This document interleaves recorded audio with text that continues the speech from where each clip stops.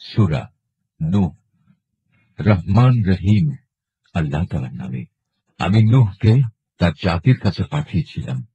তাকে আমি বলেছিলাম, হে নূহ, তোমার জাতির ওপর এক ভয়াবহ আযাব আসার আগেই তুমি তাদের সে সম্পর্কে সাবধান করে দাও।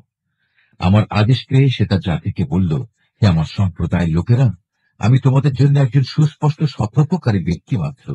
আমি তোমাদের বলছি, তোমরা সবাই আল্লাহর আনুগত্য করো, সর্বাবস্থায় তাকেই ভয় করো, তোমরা আমার কথা মেনে চলো।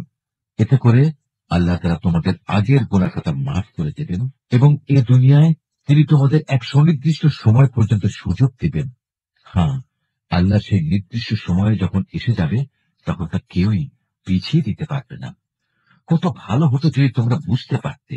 নিরাশ হয়ে আল্লাহকে সে বলল, হে আমার মালিক, আমি আমার জাতির মানুষগুলোকে দিনে রাতে সব সময় ইমানের দাওয়াত দিয়েছি, কিন্তু আমার এই দিবানিশি দাওয়াতের ফলে সত্য থেকে পালিয়ে বেড়ানো ছাড়া তাদের আর কিছুই বৃদ্ধি হয়নি।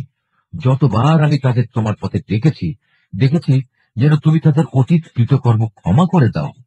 তারা ততবারই কানে আঙুল ঢুকিয়ে দিয়েছে এবং নিজেদের অজ্ঞতার আবরণ দিয়ে নিজেদের মুখমণ্ডল ঢেকে দিয়েছে। শুধু তাই নয়, তারা ক্ষমাহীন জেদ ও অহমিকা প্রদর্শন করেছে, হেদায়েতকে অবজ্ঞা করার ঔদ্ধত্য প্রদর্শন করেছে।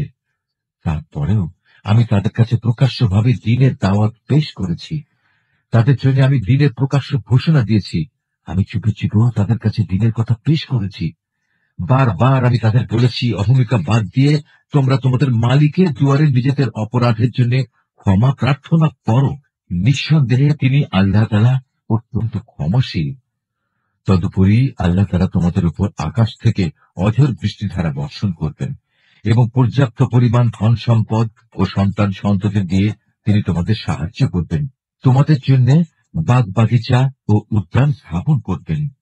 বিরান ভূমি আবাদ করার জন্য তিনি এখানে নদী নালা প্রবাহিত করবেন। এ কি হলো তোমাদের? তোমরা কি আল্লাহ তাআলার মান মর্যাদা ও শ্রেষ্ঠত্ব সম্পর্কিত কিছুই পাওয়ার আশা পোষণ করো না? অথচ তিনি ক্ষুদ্র একটি শুক্র কীট থেকে বিভিন্ন পর্যায়ে তোমাদের মানুষ হিসেবে সৃষ্টি করেছেন। তোমরা কি দেখতে পাও না কিভাবে আল্লাহ তাআলা ৭ আসমান বানিয়ে স্তরে স্তরে সাজিয়ে রেখেছেন? কিভাবে এর মাঝে তিনি চাঁদকে আলো গ্রহণকারী ও সূর্যকে আলো দানকারী প্রদীপ বানিয়েছেন?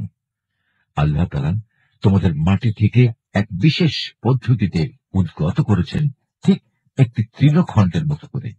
আবার জীবনের শেষে তিনি তোমাদের সেই মাটির কোলেই ফিরিয়ে আনবেন এবং তা থেকেই একদিন তিনি তোমাদের সহসা বের করে এনে নতুন জীবন দান করবেন।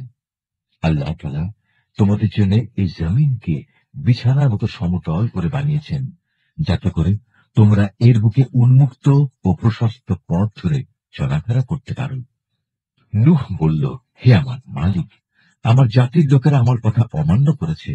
আমার বদলে তারা এমন কিছু লোকের অনুসরণ করেছে যাদের ধন সম্পদ ও সন্তান সন্ততি কেবল তাদের বিনাশই বৃদ্ধি করেছে। তারা সত্যের বিরুদ্ধে সাংঘাতিক ধরনের এক ষড়যন্ত্র শুরু করেছে। তারা বলে, তোমরা তোমাদের সেসব দেবতাদের কোনো অবস্থায় পরিত্যাগ করো না। ওয়াদ সুয়া নামক দেবতাদের উপাসনা কিছুতেই ছেড়ে দিও না। ইয়াকুস, ইয়াউন ও নাসর নামের দেব দেবীকেও ছাড়বে না। হে মালিক, এরা বিশাল এক জনগোষ্ঠীকে পথভ্রষ্ট করেছে। তুমিও আজ এ জালেমদের জন্য পথভ্রষ্টতা ছাড়া আর কিছুই বাড়িয়ে দিও না। অতঃপর তাদের নিজেদের অপরাধের জন্যেই তাদের মহাপ্লাবনে ডুবিয়ে দেওয়া হচ্ছে। পরকালেও তাদের জাহান্নামের কঠিন অনলে প্রবেশ করানো হবে। এই অবস্থায় তারা আল্লাহ তাআলা ব্যতীত দ্বিতীয় কাউকেই সাহায্যকারী হিসেবে পাবে না।